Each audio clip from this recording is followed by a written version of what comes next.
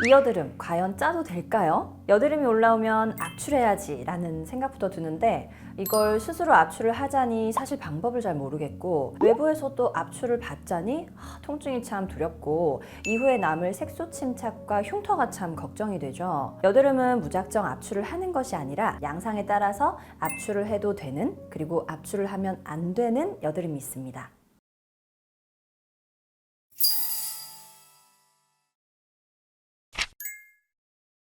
간혹 이런 여드름 있죠. 어느 날 갑자기 나타나서는 붉고 만지면은 통증이 느껴지는데 곪지도 않아서 이거를 짜기도 그냥 두기도 굉장히 난감한 여드름. 이러한 여드름을 바로 우리는 구진성 여드름이라고 합니다. 화농성 여드름의 가장 초기 단계인 1단계 여드름인데요. 이 여드름은 압출을 하지 않는 것이 좋습니다.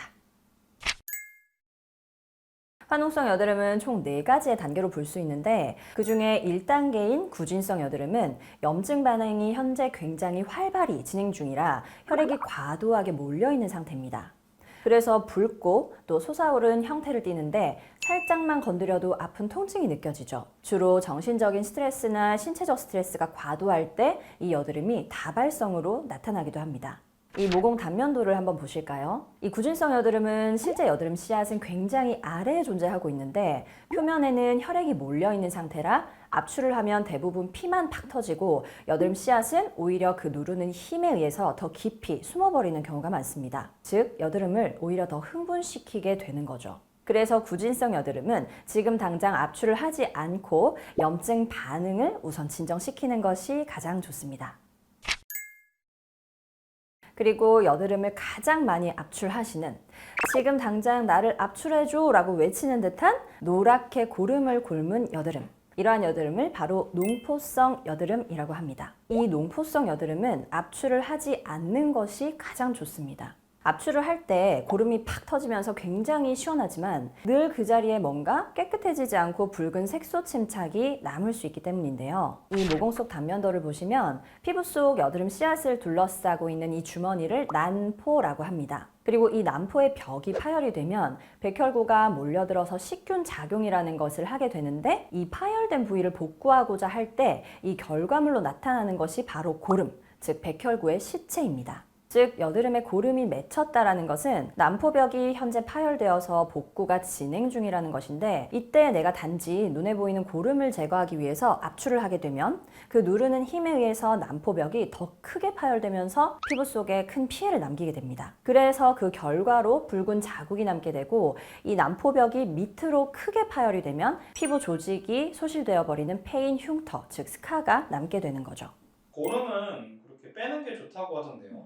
네, 맞습니다. 고름은 아무래도 백혈구의 시체 덩어리다 보니까 배농을 해주는 것 자체는 중요한데요. 이때 물리적으로 눌러서 배농을 하는 것이 아니라 파열된 난포벽이 충분히 복구가 되면서 더 이상 필요가 없어진 백혈구의 식균 작용이 마무리되면 고름이 스스로 림프 또는 모공 입구를 통해서 체외로 배출이 되게 됩니다. 그러면은 자연스럽게 고름이 나가는 게 좋은 걸까요? 네, 맞습니다. 아무래도 고름이 골마 있다는 것은 난포벽이 파열이 되었다는 의미인데 이때 내가 인위적으로 배농하기 위해서 누르게 되면 그 누르는 힘에 의해서 오히려 자극을 받을 수 있으니 스스로 배농이 되도록 피부 환경을 만들어주는 것이 가장 좋습니다. 화농성 여드름의 가장 심각한 단계, 낭포성 여드름, 시스트라고 하는데요. 이 여드름은 심한 화농 반응을 동반하면서 크기가 아주 큰 종기 형태로 보여지는 여드름입니다. 구진성 여드름처럼 단단히 흥분되어 있지 않고 약간 말랑말랑한 느낌을 주는데요. 간혹 몇 개 여드름 주머니가 두세 개 연합이 되어서 아주 큰 형태를 이루기도 합니다. 이런 여드름은 크게 절개해서 압출을 해주는 것이 오히려 좋습니다. 그 이유는 심한 화농 반응으로 인해 시간이 경과할수록 난포벽이 더 심각하게 파열이 돼서 피부에 더 큰 피해를 남길 수 있기 때문이죠. 그래서 이 피해 자체를 조금이라도 줄이기 위해서 압출을 해내서 염증 반응을 빨리 마무리시키는 것이 좋습니다. 결국 피부에 피해가 남기는 하지만 그걸 최소화하기 위한 것이죠. 그럼 자연스럽게 고름이 나와야 될 때도 있는 거고 직접 짜야 될 때도 있는 거네요. 네, 맞습니다. 이런 낭포성 여드름은 사실 두세 개의 난포가 연합이 되어서 아주 크기 때문에 자연적으로 배농이 될 때까지는 시간이 많이 걸려서 피부에 피해를 조금 남기더라도 당장 압출을 해내는 것이 중요하고요. 그 이외의 경미한 여드름은 피부에서 자연적으로 배농되도록 하는 것이 피부에 2차적으로 남을 수 있는 피해를 줄일 수 있습니다. 여드름은 인내의 싸움이겠네요. 맞습니다. 여드름은 내가 유전적으로 갖고 있는 체질에 의해서 발생하는 거라 당장 눈에 보이는 것을 제거하는 것보다 꾸준히 내 피부 환경 자체를 개선하는 게 중요합니다. 그래서 나는 여드름이 아주 자주 나지는 않지만 간혹 컨디션이 안 좋거나 생리 주기에 따라서 한두 개 올라오는 정도다라고 하면 ACNEX를 스팟으로 자주 적용을 해주시면서 양모밀 크라이오 모젤링 마스크로 염증 반응이 진행 중인 여드름 부위가 좀 더 쉽게 가라앉을 수 있도록 도와주시면 좋습니다. 반면에 나는 주기적으로 여드름이 올라오고 이 여드름이 늘 피부에 있으면서 심각한 정도다라고 하시면 이 두 가지 관리를 통해서 염증 반응의 진정을 1차적으로 도와주시면서 동시에 여드름 전문 관리를 통해 여드름 씨앗 자체가 잘 형성되지 않는 피부의 환경을 조성하는 것이 중요합니다.